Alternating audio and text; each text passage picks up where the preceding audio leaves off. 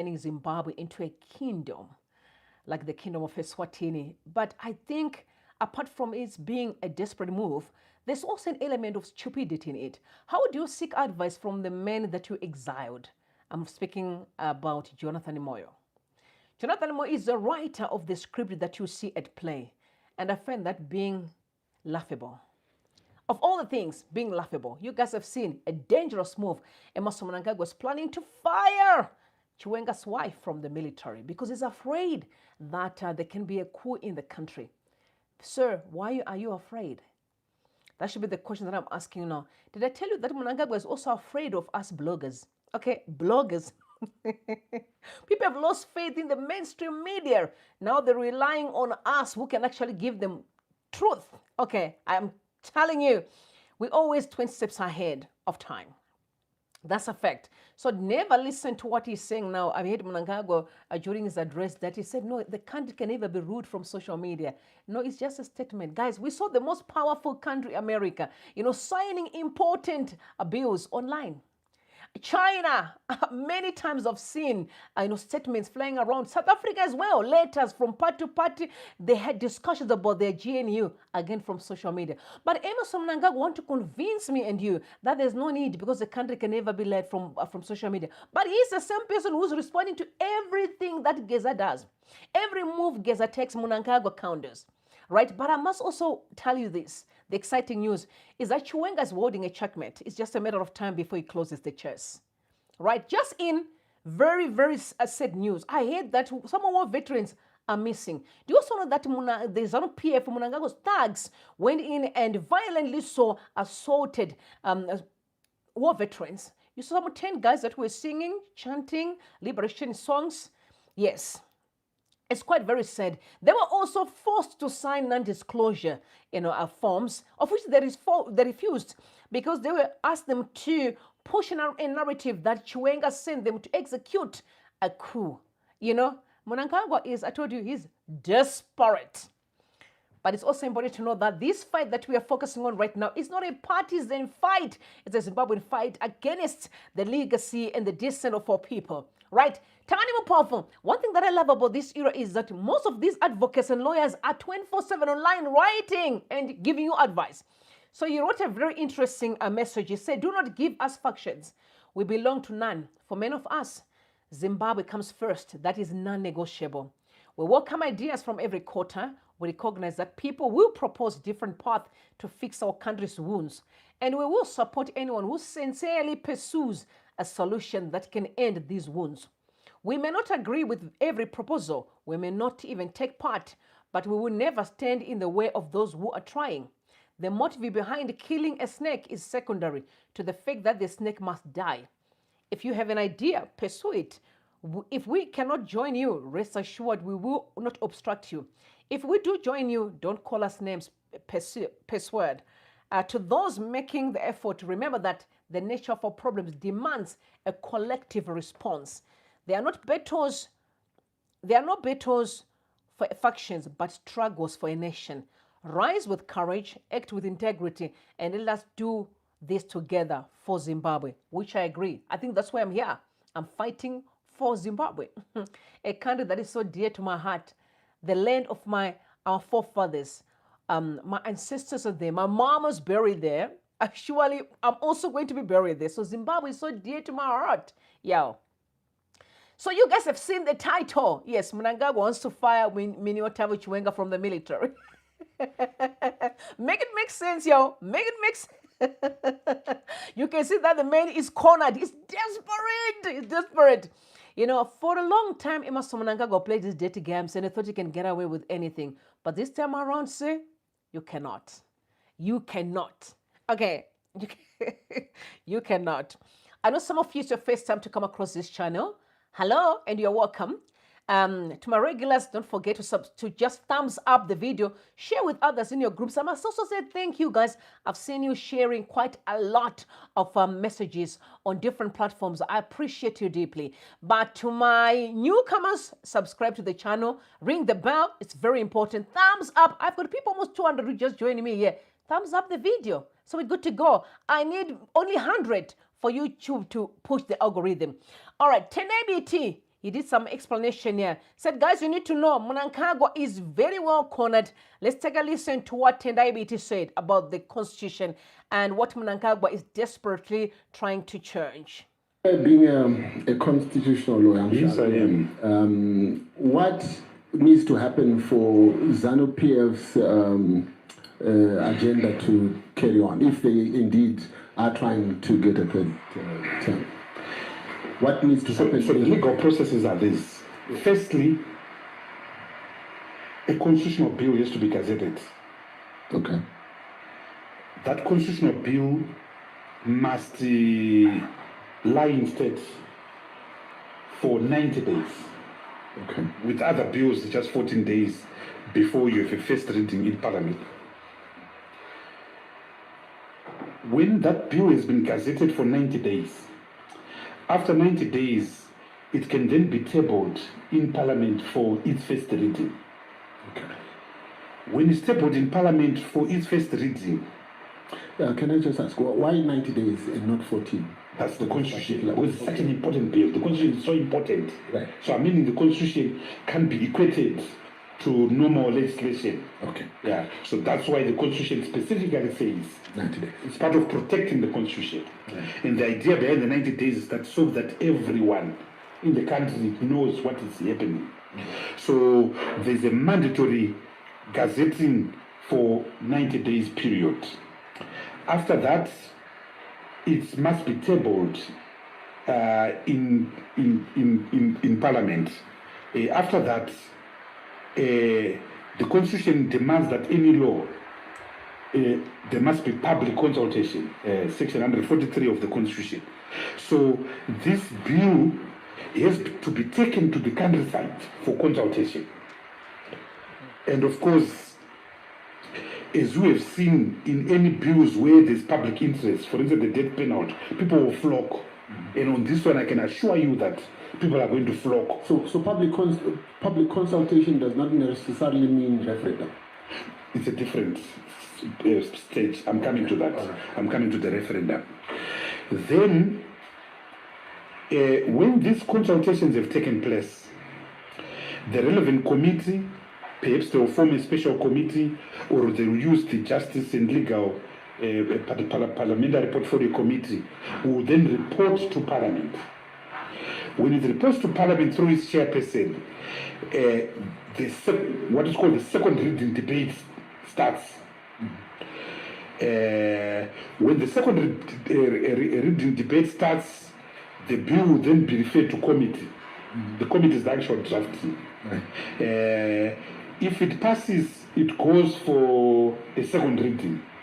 So the MPs will say yes, it then goes for a third reading. At the third reading now, 2/3 of members of the National Assembly must approve. Okay.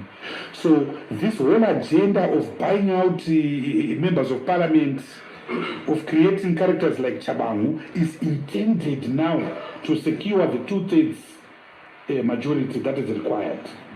So that's in the National Assembly.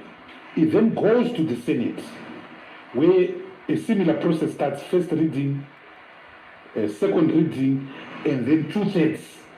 2/3 of the membership of the Senate must vote. Once the bill has been approved by 2/3 of Parliament, that is to say 2/3 in the National Assembly and 2/3 in the Senate, it must then go to a referendum, because it is a bill altering term limits in the country. The referendum is a simple process, Baba. The referendum simply asks whether you are saying yes or no.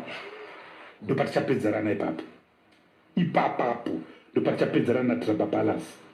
we are going to campaign and live in the mountains to get that no vote. There is a second problem. Mm-hmm. The Constitution then says, when you change this Constitution and you remove the term limits, it doesn't benefit the incumbent. Mm-hmm. It benefits the next. It benefits the next. But you can change that provision Same process. Yeah, we called it the Abdullahi Wade provision. Because President Abdullahi Wade amended the constitution for a third time, and Senegalese said it can't benefit you, and he lost at that stage. And that's why President Sao came in, and as fat as as you know, President Macky Sall also tried to change the constitution to benefit him. Yet he came through a process of rejecting a third term agenda. That's why you can't trust people. But anyway, to come back to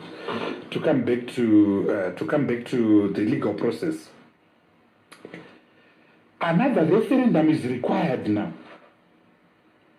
to change the constitutional provision that says you can't benefit.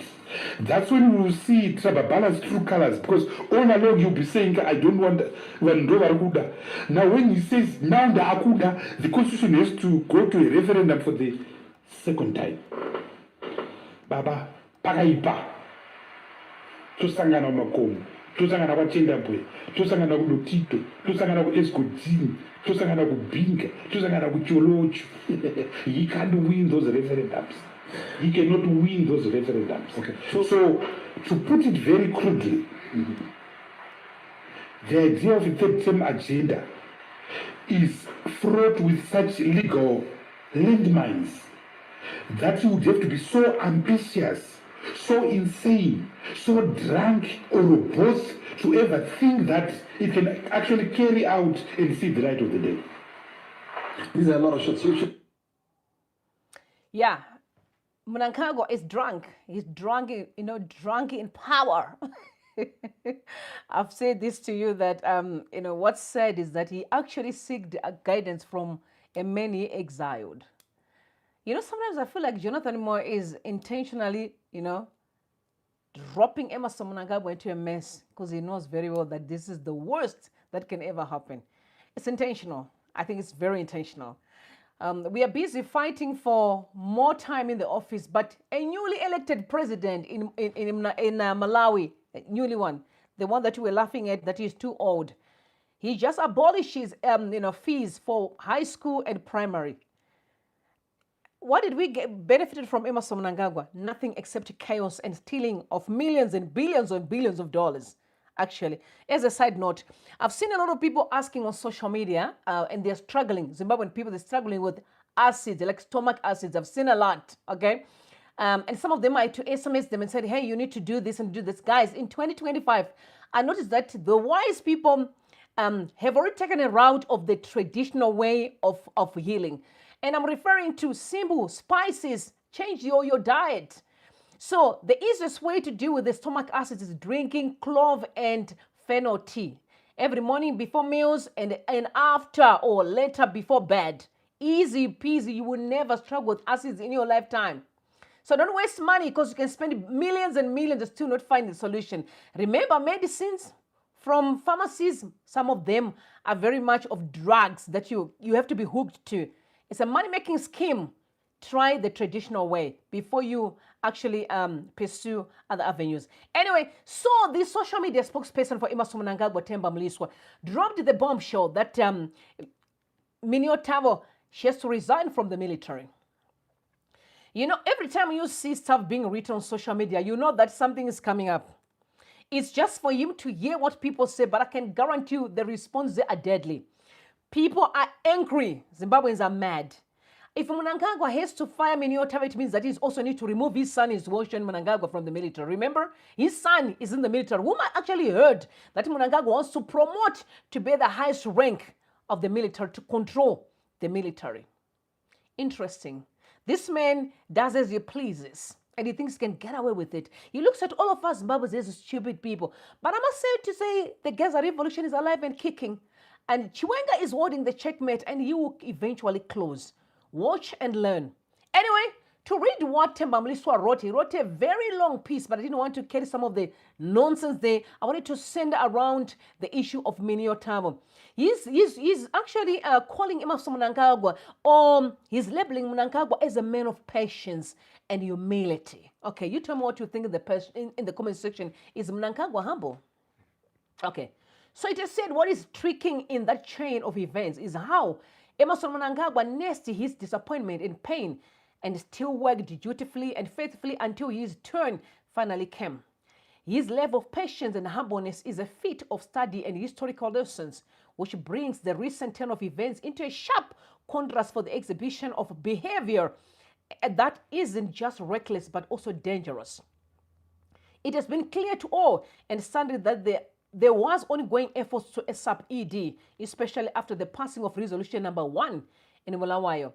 Only those advancing the agenda and the socially stupid would try to argue that the presidium has been in unison.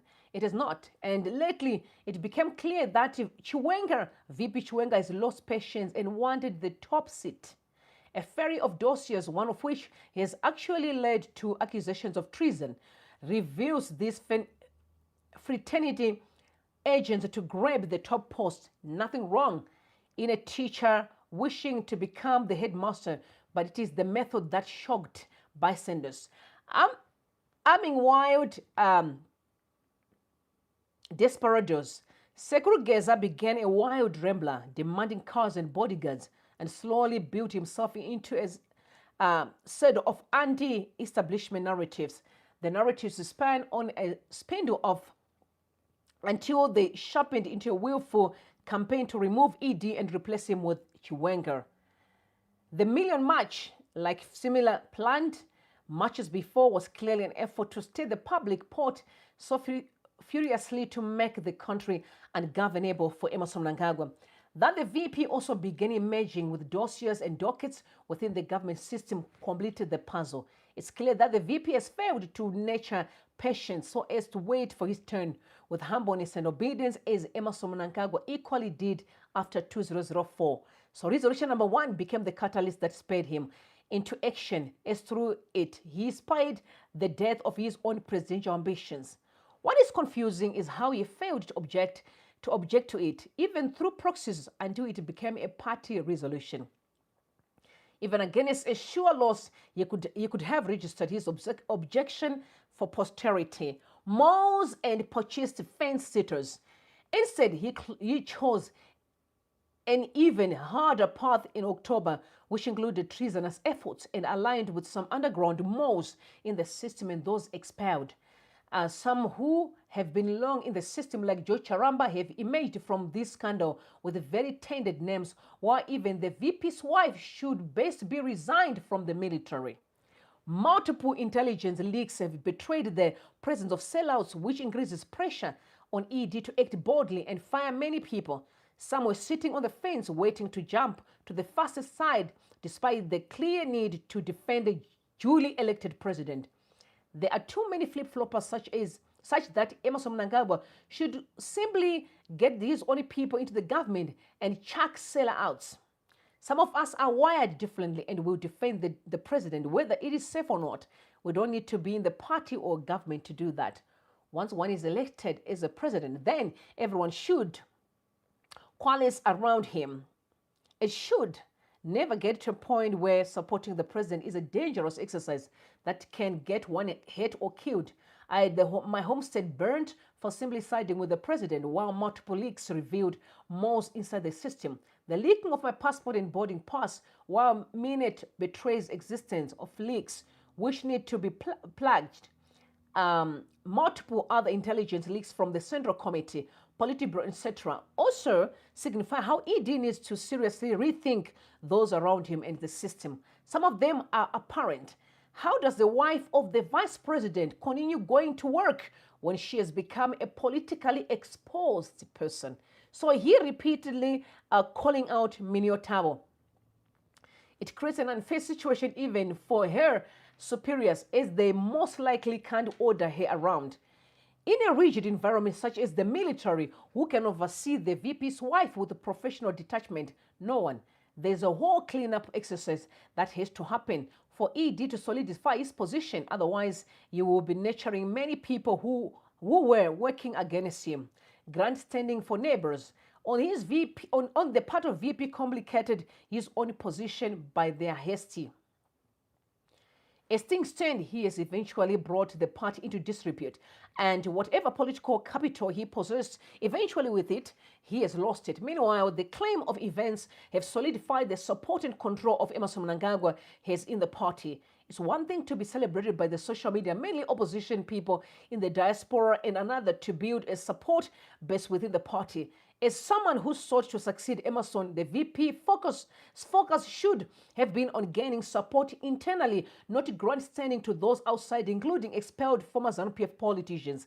His machination should have centered on building from the inside, as I have previously advised, to begin his Marsh East province. Without such internal support, he has become a sitting duck, like Miami Jorin 2004, plugged from Norway and hoisted into a high office. The VP needed to bide his time and patiently focus on his duties. His being a former military person didn't and still doesn't betroth of his person political qualities to become a president. Wow. Wow. So the message is very clear that Mnangagwa wants Tabo to be fired or resign from the military because he's too much exposed. Okay, but Mnangagwa's son, who is on record, because let me just say this, somebody very close to him told me that he said, I'm the second on the throne. The second to the throne after my father, meaning this whole kingdom is something that is already discussed. It's a done deal in Mnangagwa's family. The son sees himself take over the father. But we also need to look at Emerson Jr., the other son. But two responses that were very distinctive. Bingo said, Temba, I think you are now going too far. Please leave the VP's wife out of your ambitions. How many presidents' kids are in senior strategic positions in government and the military? Usafari say. And in the name of the people, said, you think people have time to read your usual and obvious crap? Anyway, some people were not, paying attention. But I've noticed that Temba don't just write. I think Mnangagwa sends him to put information out, and then he's waiting for people's response in order for him to execute. But one thing I'll tell you is that this is a dangerous move for Emmerson Mnangagwa, and you will know why. The fact remains, Chiwenga is holding the checkmate. And again, Mnangagwa's move on Tabo does not surprise me. Okay. The targeting of Mini is actually not only from Mnangagwa, it's also from Auxilia Mnangagwa and also Auxilia's daughter-in-laws. I'm talking about Leah. Okay. We have been watching what's going on the street. Recently, Auxilia Mnangagwa and Leah invited Tabo's friend to their house. And while Leah was launching her wellness without limit, she's calling it an health eating business. First and foremost, that is Connie Ferguson. She's a South African, actor. It's very close to Tabo. She was one of the judges at the Miss Universe in Zimbabwe. And you all know that this pageant business had already died in Zimbabwe. The person that woke it up is actually Minnie, the wife of Chiwenga. But Auxilia being Auxilia, first and foremost, I've never seen her attending all these galas. Never. But Auxilia now, being spiteful, decided to invite the friend of Minnie to this Wellness Without Limit launch. Okay. That shows you that they are monitoring, they are following. It has been dead in Zimbabwe. Okay, it has been dead when it comes to women. But all of a sudden, now they are launching their own wellness eating regime. Started by this gastro, whatever you call it, that she's moving around the country. Mashibikra muzimbia, zakatsemuka, mufushwa, ne matrimbi, a lot of traditional foods that we actually grew up eating. I don't even understand what is so new about this whole thing. But anyway, let's follow it through. So it's all about being spiteful and want to destroy her. That's where it is. She's now surrounded. Auxilia surrounds it, the daughter-in-laws as well. I'm sure she saw herself being maybe the president's wife or the kingdom beneficiaries, since that is what they're pursuing. So she's surrounded. Mnangagwa on the other side, once you're out from the military, the wife is also following every move that she makes. People that she invites for whatever that she's doing, they're also inviting the same people. Out of all that is in the world, all amazing women in Zimbabwe. They are extraordinary women who are doing incredible things. They don't get invited. She's going to the friend of mine to say, come here. Let's talk. It's all drama after drama and drama. So they definitely, when I'm seeing what Temba is saying here, they want her out. But I don't think that will ever work. It may be just Mnangagwa try to see what will be the reaction, because he is one of the most cunning, deceptive, ruthless individual I've never seen. Let's look at Emmerson Mnangagwa Jr., the son. That many people have never seen. I've never even talked about him. Emmerson Mnangagwa Jr. is very connected to the underworld in South Africa, for those who didn't know. So the guys, the big five that they're pursuing right now, that is causing the Matladan Commission, that is cause chaos in South Africa here. Emmerson Jr. is very connected to these guys. Very connected. I mean, very connected. I've seen him attending some of their parties together with Pokelo. I'm talking about the big five, like real criminals. They also have the same modus operandi of having dubious tenders, and they don't deliver, but they live a lavish lifestyle. Exactly what's going on in Zimbabwe. So I'm trying to understand who influenced who. Was it South Africa influenced Zimbabwe, or Zimbabwe influenced South Africa? But I think South Africa influences Zimbabwe, because a lot has been going on, but then because the country has been very busy and the people were being killed and killed, just people being eliminated. And you don't understand, why are people killed? But in Zimbabwe now, they don't actually kill in hiding. They do it openly. So people get abducted, tortured, and we just think, oh, it's politics. It's not politics. This is criminals at work. Unfortunately, when gangster takes over the state, you find it to entertain stupid stuff under the guise of politics. Mnangagwa has always been pushing politics all the time because he hides behind it. But he knows very well that no, he has nothing to do with you. He doesn't care about what you want. He doesn't care who you are. He doesn't care if you have eaten. He doesn't care. He's after the money that you work and after him and his children. But fools always entertain that drama. I've told you, Emmerson Mnangagwa Jr., you can come here. Their videos circulating is very connected to the underworld in South Africa. And there have always been some speculation that drugs were caught at the airport in Zimbabwe, a container, and somebody was found and said, walk away from that container. Does that sound familiar? This is a man that wants to stay in power. Okay. It's a man that comes out here and be saying, no, I want you to pray for the kids so that they don't get to be dragged. He's telling Ben Hinn that everything that you see is a game. I'm going to do a show that will shock you with what Hubert Angel said. I noticed that the Zimbabweans are not even, they can't see they are being pacified, used by criminals. It's a sad situation. But what are my thoughts on Emmerson Mnangagwa and all his shenanigans right now? They're deadly, very expensive.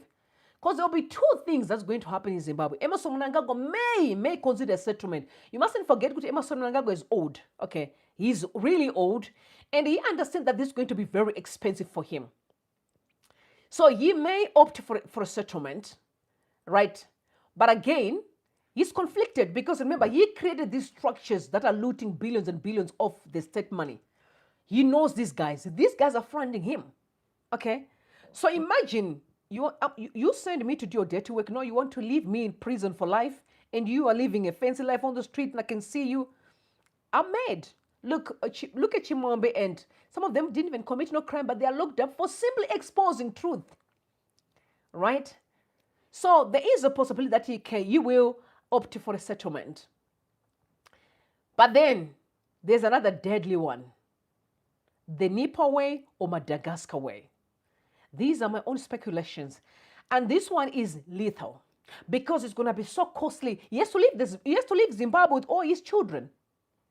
You can't say no child of Mnangagwa will be seen roaming around Zimbabwe because this one here is a dangerous move. So I'm just suspecting that all the games that he's playing is kind of trying to buy time just so that he can say to these people, I tried guys to save you, but look where I am now. I have to do some, I tried. Because Mnangagwa being Mnangagwa, remember what Geza said. Geza made it very clear to you that, wait, Mnangagwa understands very well to use people and dump them. And you will be left alone. I'm saying that because there's a lot to lose. I don't think he can walk away from Zimbabwe and leave his family and children in the left or in the fancy left. Or because honestly, if you can ever do like what Mugabe did, Mugabe walked away and he had, as much as he wasn't happy, but he carried on, and his children are still carry on with their life. But the problem is that the money has to come back to the state. Will you be in a position to do so? Or he has to go the Madagascar or the Nepal way. That will be very dangerous. And that one, and last time I remember Geza saying that the children, he's spoken to Emmerson Mnangagwa, his children, and said, Daddy, you need to resign because this is going to be costly for us in the future. But remember, don't forget that there are lots of kids with different women, but the kids that are more to push Mnangagwa because they've got a lot to lose are Oxley Mnangagwa's kids, which are the twins, Emerson Jr., they have a lot to lose. So they're like, Daddy, stay. Let's try to push this kingdom so we can take over the state and be dining and eating and live large. Yeah. But I can tell you, there will be a solution very soon. Whether settlement or... Because I don't think Zimbabweans are going to tolerate this nonsense that's carrying on. Yo, we are ready to sacrifice our souls for children. Like, I don't have a problem to die, yo. Because where we are right now, are we not dead already? I can only imagine living in Zimbabwe where Mnangagwa carries on with his children. I mean, I can only imagine a country where Mnangagwa's children are leading me. No, I don't subscribe to that. That will never happen. Not in my lifetime or beyond. So I'll do anything in my power to make sure freedom reigns in our country. Tell me what you guys think in the comment section. I'd want to hear your thoughts. Don't forget to share the videos with others and also like so that I can see you later, guys. We don't take too much time because some people need to watch these videos as well. So yeah, let me know if it's a good move for Mnangagwa to fire me in your table. I love you guys. God bless you and God bless Zimbabwe. Bye for now.